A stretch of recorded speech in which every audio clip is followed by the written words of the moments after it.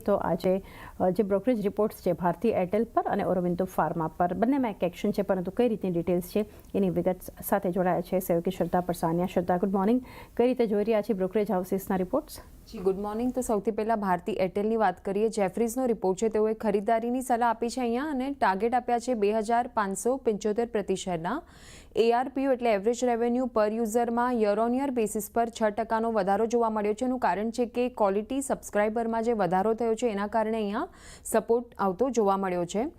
વોડાફોનની જે stable revenue growth છે તે ઇન્ડસ ટાવર માટે પોઝિટિવ સાબિત થઈ શકે છે. FY 26થી લઈને 28 દરમિયાન જે સેક્ટરની આવક છે તે વાર્ષિક ધોરણે 15%થી વધીને $44 બિલિયન થવી શક્ય છે.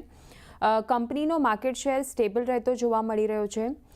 ત્યારબાદ ઓરોબિંદો ફાર્માની વાત કરીએ. આ નુવામાનો એક રિપોર્ટ છે. ખરીદારીની સલાહ આપી છે અને ટાર્ગેટ આપ્યા છે 1440 પ્રતિ શેરના. તેઓએ રિપોર્ટમાં જણાવ્યું છે કે લાઇસન્સ્ડ NDA પ્રોડક્ટ એડક્વેને US FDA પાસેથી મંજૂરી મળી છે. કંપની માટે પોઝિટિવ છે અને આ મંજૂરીથી કંપની જે છે તે ઊંચા વેલ્યુવાળા બ્રાન્ડેડ એસેટ તરફ શિફ્ટ થઈ રહી છે.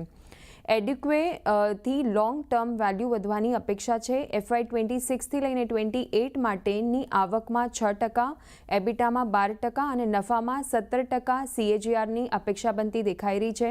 તેમણે જણાવ્યું છે રિપોર્ટમાં કે ઇન્સ્પેક્શન બાદ યુજિયા 3 અને યુનિટ 7ના પ્લાન્ટ વર્ગીકરણ એટલે કે ક્લાસિફિકેશન પર પણ નજર રાખવાની રહેશે. તો આ રીતે એક આપણને ઓવરઓલ રિપોર્ટ આવતો જોવા મળી રહ્યો છે ઓરોબિંદો ફાર્મા અને ભારતી એરટેલ પર. શ્રદ્ધા, આભાર આપનો બંને સ્ટોક્સ પર માહિતી માટે. વિરાટ, વ્યૂ લઈએ એક તો